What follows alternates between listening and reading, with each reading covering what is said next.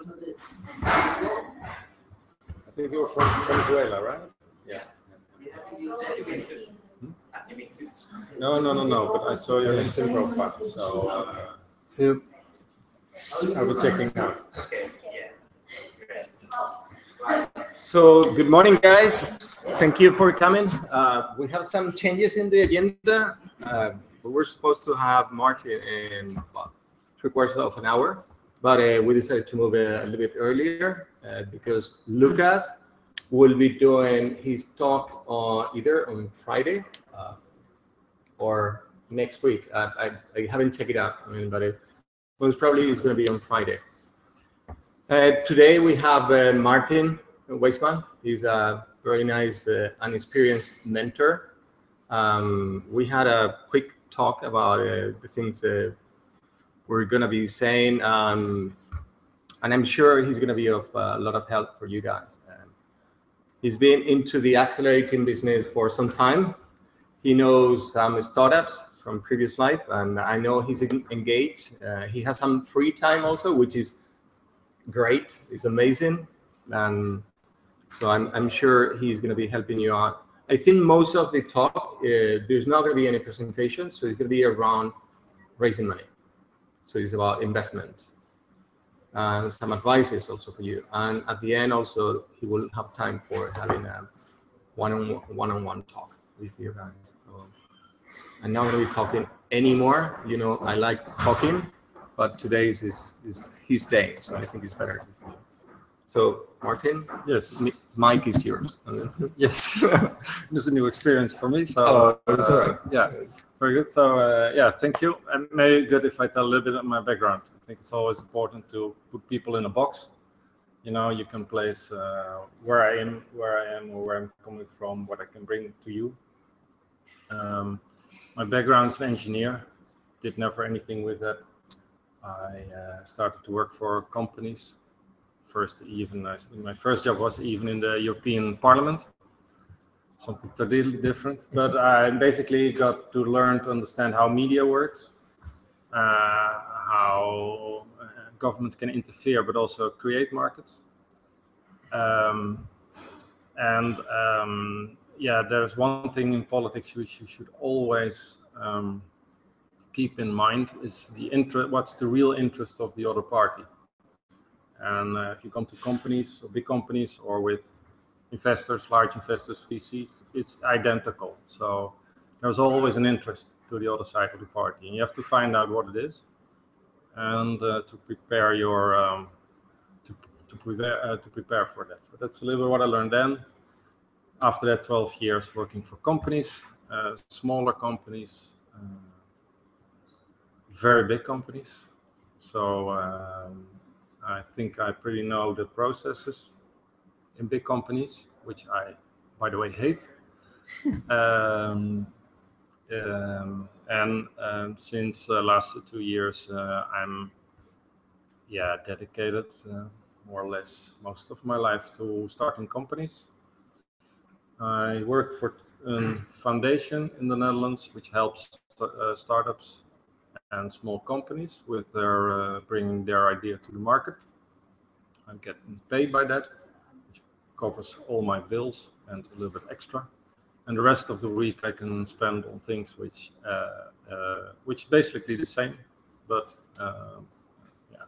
serve people and try to help people starting their business, because that's, I think, what I like a lot about you guys, and that's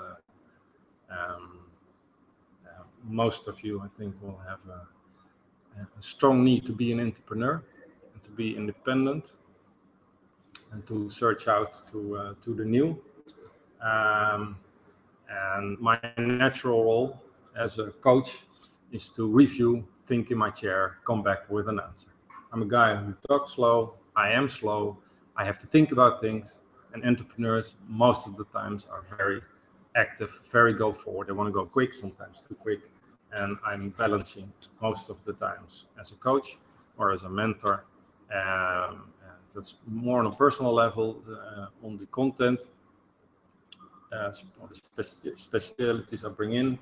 I myself invest also a little bit in startups as an informal, which basically to the amount which covers the cost, the legal cost, for example, for a few months, or the housing. So that's there are modest values. I do that with a group of other informals.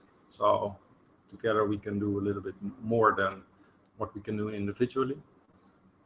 And I'm also helping a startup to raise money, and but that would be a more commercial kind of agreement with them. I do that sometimes because people are coming back and they ask it to me, more than just a normal mentor advice, which I consider as one call every 2 weeks or 3 weeks, and I want to that I'm involved for an afternoon or a day, and then I think things become different, and we have to agree something. But that's what I do. So I've experienced in raising money. Everybody always comes to me as a startup. Okay, you know, I'm up. Basically, my project is finished. I also have some revenues, and I think I'm ready for the chunk. And often I have to take start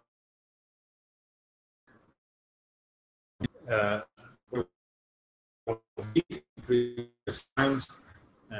Why do you think venture is the most appropriate candidate for this phase?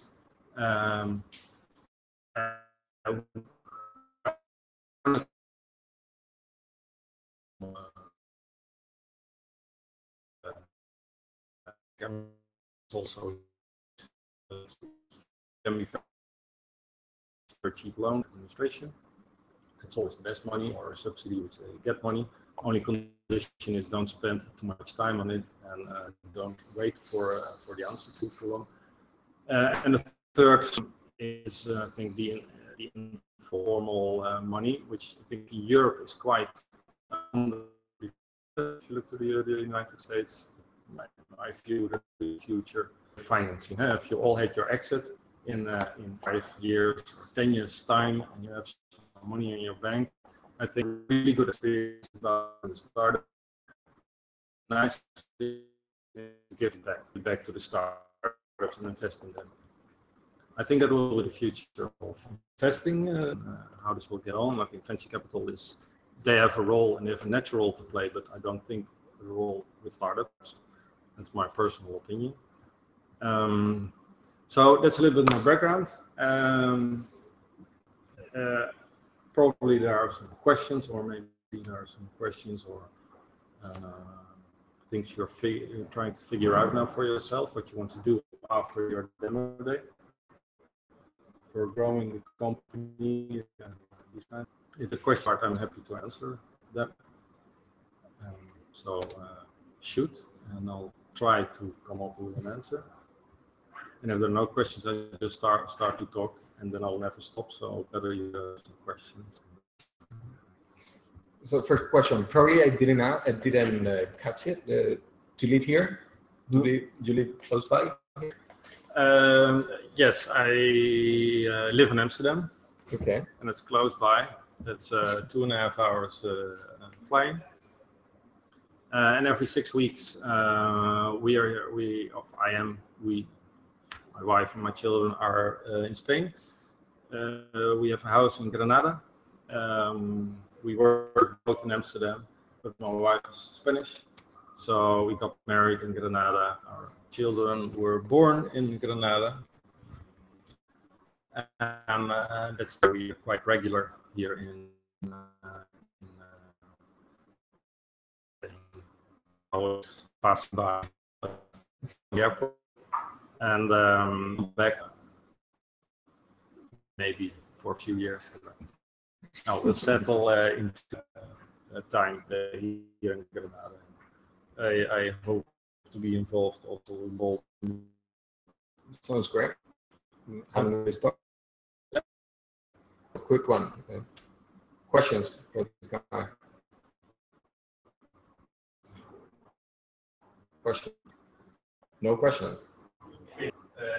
Just depending what you're talk about now. So, we're going to talk about like how to raise money, time, and Yeah. Okay, so I'm ready. Yeah, no, Yeah. go.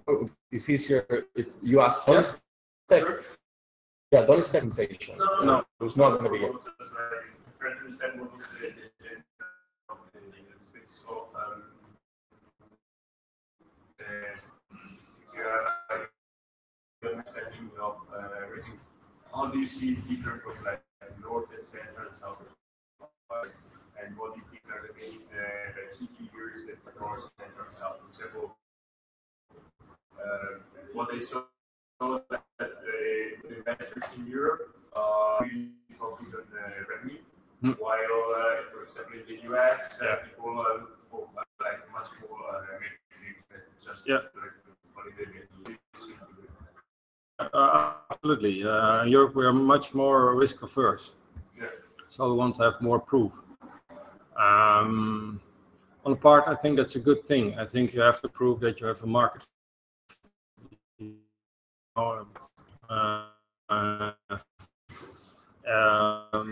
Sometimes if you have proven, you still need some runway.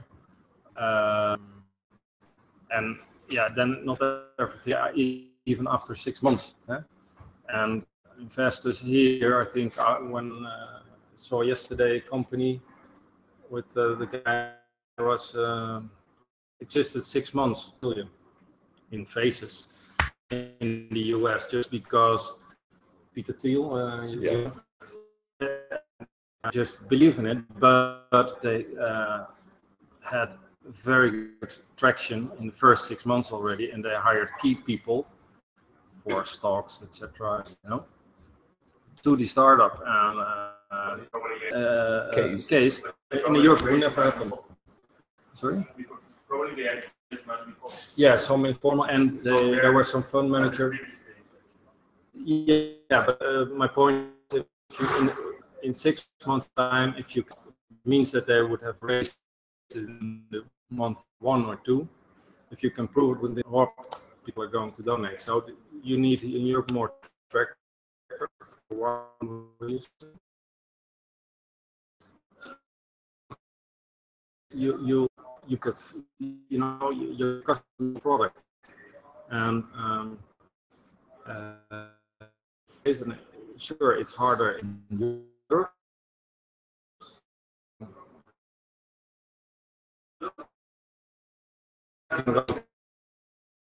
To your family, for somebody, and there's need.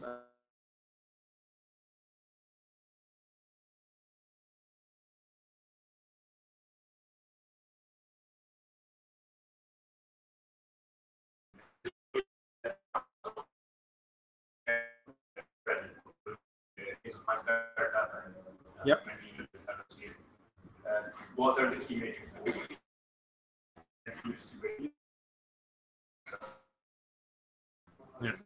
Yeah, I think that's a question. I think, point number 1 would be your team. You have hardest people. In the very early stage, for me, always the question is, do I think with? So I don't know if you have money on your bank account, but if you have and you give it to somebody else, what?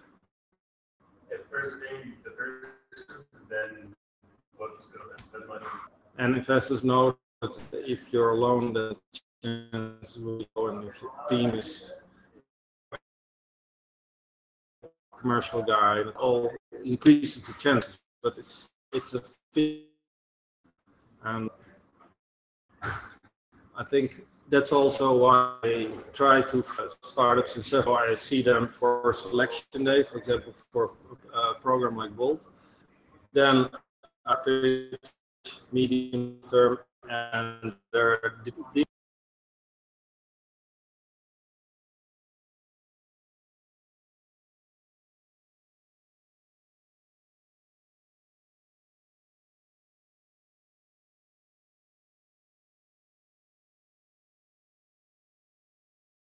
So how are they dealing with disillusion?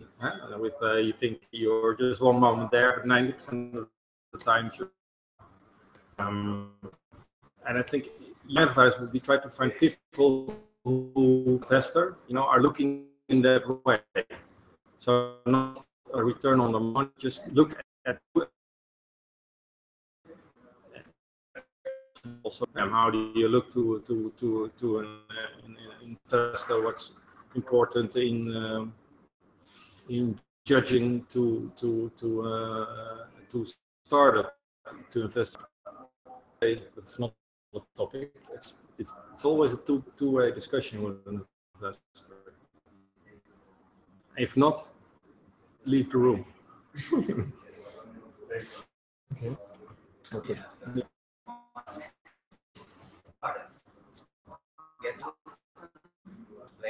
Get $1 million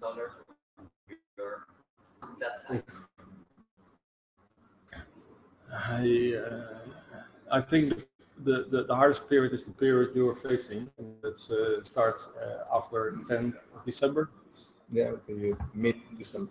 Sorry, 15th of September to December. I think that's the hardest period because in the sense of you have really all groups of startups and the right of mentoring, etc.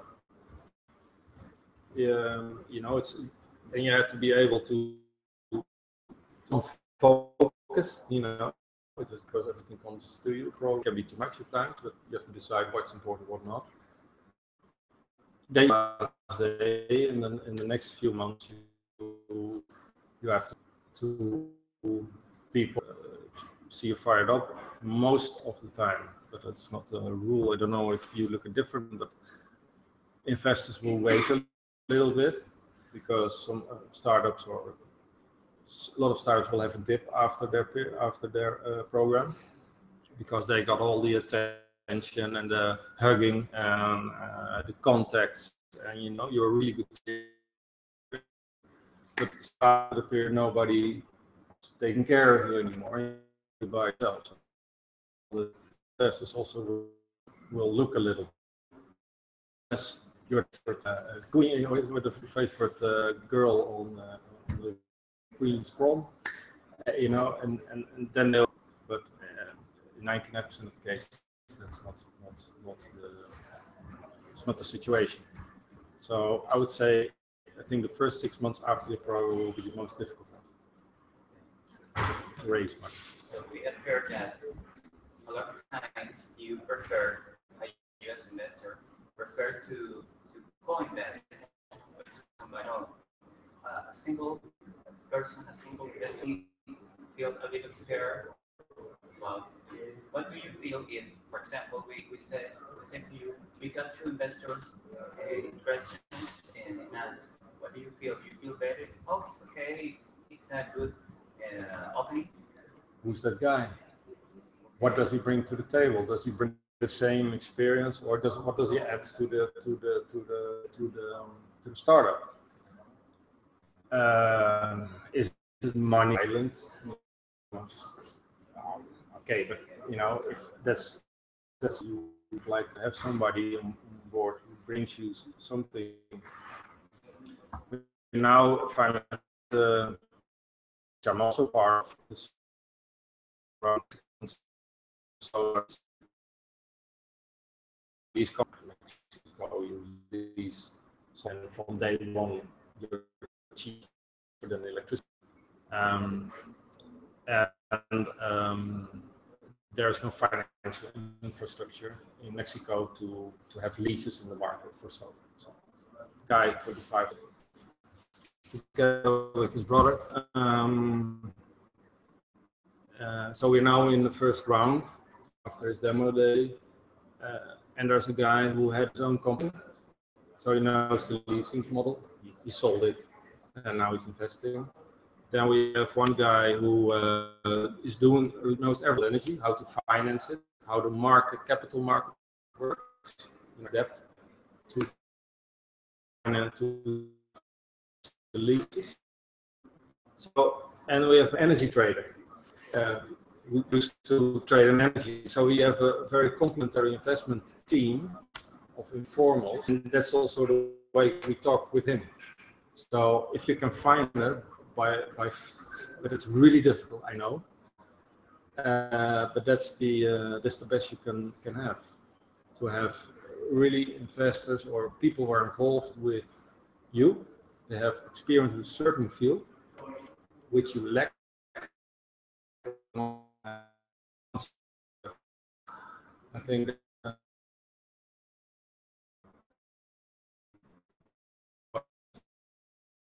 I think for the first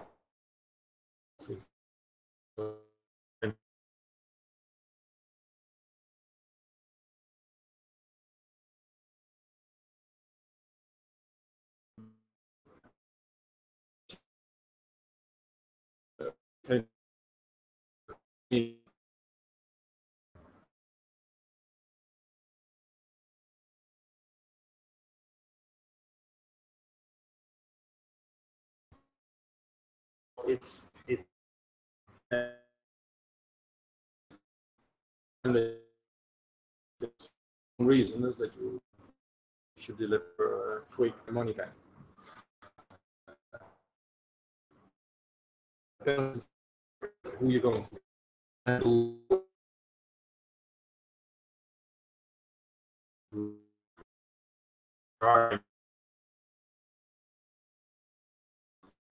But keep that up, that would be. Do you agree that the VCs got for investing and than the you're less?